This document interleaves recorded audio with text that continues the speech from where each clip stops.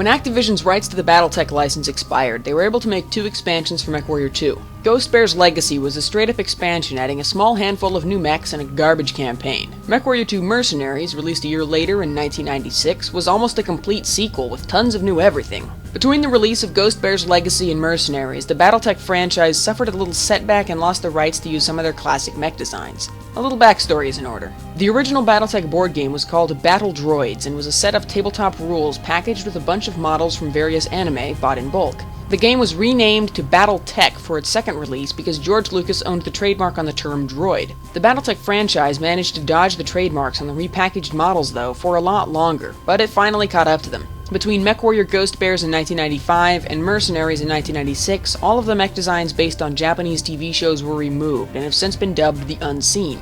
These designs were iconic to the BattleTech franchise since they were among the original designs of the game, and their absence was definitely felt. Some of them have reappeared in recent years, but it's an ongoing issue. Mercenaries returns to the inner sphere setting of MechWarrior 1, and once again you're a mercenary fighting for profit. In the intro cutscene, which in a rare twist actually relates to the plot of the game, your commander is killed on a mission, and you're left in charge of the mercenary outfit. You have 2 campaign options. Choosing regular mercenary mode has you signing on with Hansen's Rough Riders. In this mode, you don't pick missions or hire lance mates, and all of your equipment is managed automatically. Mercenary Commander mode puts you in charge of your own mercenary company, with a name of your choosing. You pick contracts, hire lance mates, and buy and customize your own mechs. If you want to, you can take an intro training campaign with one of the coolest characters in the MechWarrior series. My name's Sergeant Unther, but you can call me Deadeye.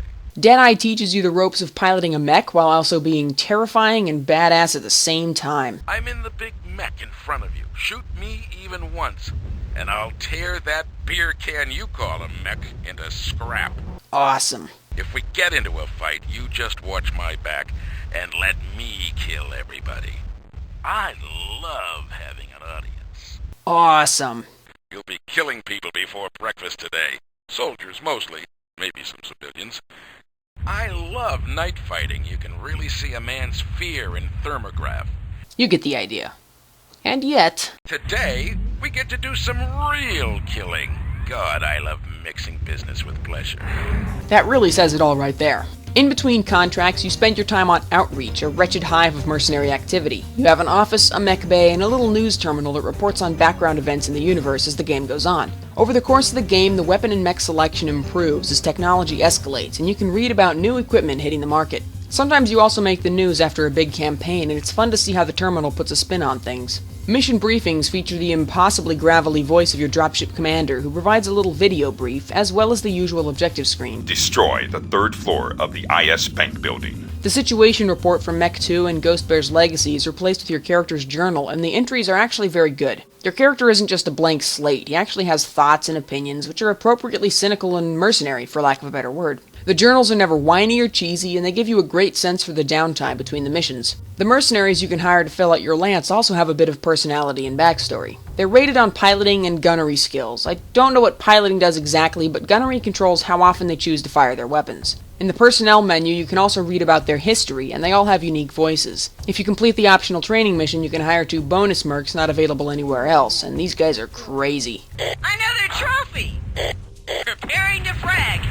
Some of the available mercs are named after members of the Mercenaries development team, so try not to get them killed. Mercenaries has a ton of mission variety, but avoids being gimmicky. Sometimes you're avoiding combat to perform a quick strike, sometimes you have to complete specific objectives while fighting minimal enemy resistance, and sometimes you get all-out combat. You'll face far more enemy types than before, which gives the game a gritty combined arms feel to it. When picking contracts, there are usually 3 or more choices: a main story contract that pays more and spans multiple missions, a contract which is an interesting one-off side mission, and then 1 or more random contracts. The random contracts are a lot like missions in MechWarrior 1. They technically offer a ton of replay value, but they're very bland. Each one drops you onto a completely flat open area with a scattering of random buildings, 2 lances of random enemies, and a randomized recon, defend, or destroy mission. If you fail a mission without being killed, for example if you eject or lose a mission critical target, the game doesn't end. You get to continue in the contract, but it doesn't just fast-track you to the next mission. It takes you to a different mission or a different version of the next mission. The cool part is you can logically trace how failing one mission impacts the next mission, making it harder or changing the objectives from complex espionage to damage control. This affects your bottom line for the contract, and it's possible to complete the whole contract, but fail the final mission and get stiffed on the pay. You'll probably want to reload if that happens, since you'll lose out on money and lose a mech, but it's fun that it can happen. It makes the game feel like it has some consequences for failure, and instead of just trying over again until things go perfectly, you can take it in stride. If you want to make the most amount of money possible, then you can still save scum with the best of them, but it's great that the game doesn't just end because you ejected, or because some other guy got killed. You want to play the game through a second time, to take contracts you missed, and then a third time at least, just to see where the mission paths go if you fail them. It's a huge amount of replayability, and that's probably why Mercs has such staying power over the years. As the campaign progresses, things heat up quickly with your arrival of the clans. First Contact is scary and confusing, with unrecognizable mechs stomping all over the place, with no clear objective. It starts with mysterious news reports, and finally gets into gear with a mission where you come face to face with them for yourself. If you've played MechWarrior 2, or are a fan of the BattleTech series, you know exactly what you're dealing with, and it's a great moment. In a perfect move, the first encounter you can have with the clans is a Timberwolf, the most iconic mech of the franchise. When it first showed up on the mission briefing, you can bet a bunch of BattleTech diehards creamed their pants. With the start of the clan invasion, the Innisphere bands together, even mercenaries like you. After all, there's a lot of money in saving the world. The endgame missions do an incredible job of showing the dirty guerrilla tactics the Innisphere has to resort to in order to defeat the superior forces of the clans. Dummy mechs filled with high explosive, booby-trapping dropship landing sites, and assassinating leadership in surprise attacks.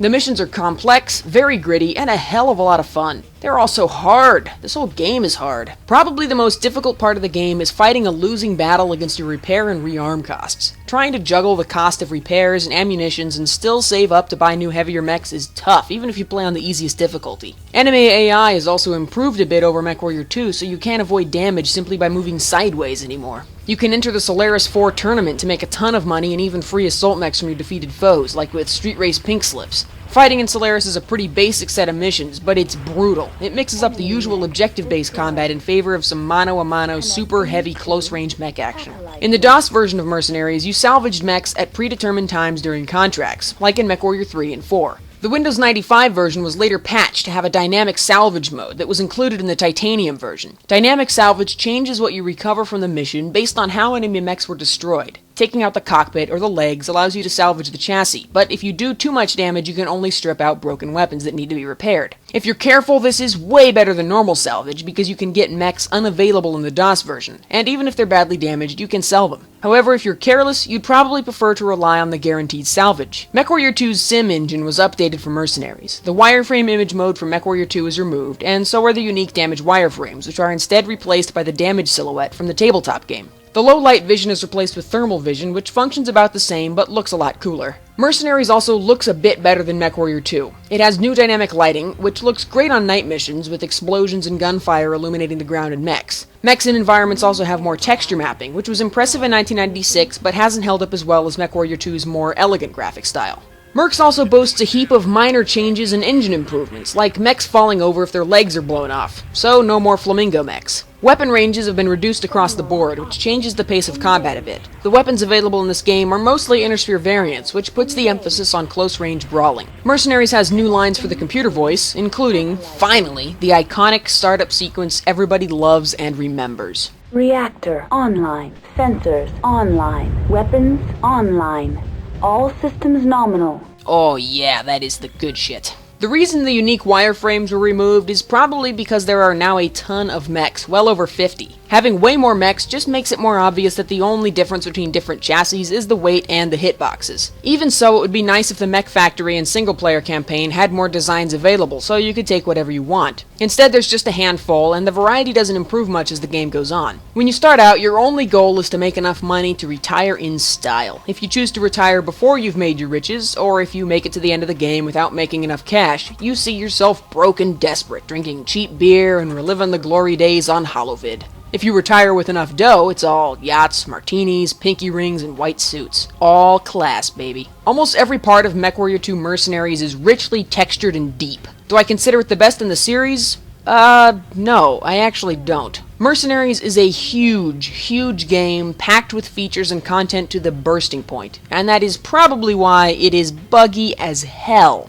There are some things that are just poor design. For example, you can only take a lance with you about half of the time, even though you'll usually have several mechs and lance mates available. You can almost never deploy your aerotech fighters, and most of the time when you do, they just don't show up. When they do show up, they either ignore your commands, disappear after you tell them to do anything, clip through the ground and get lost, or take so long to get to you that the fighting is essentially over. And of course there are bugs. One of the worst is the infamous phantom weight bug, where your mech will start putting on the pounds every time it's repaired, eventually making it useless because you can't remove all of this invisible weight. When you customize a recently repaired mech, a weird glitch happens where it doesn't get all of its allocated armor back. If you save the mech before reallocating the armor, then you'll end up with paper-thin armor next time you deploy it. If you forget to add the armor back before you go on your next mission, you'll be stuck with a basically unarmored mech for the rest of the campaign. A more benevolent bug sometimes doubles your mech's stored ammunition every time you repair, without increasing weight. During one playthrough of this game, I hit 5,000 rounds for my anti-missile system, which is 25 tons of ammo.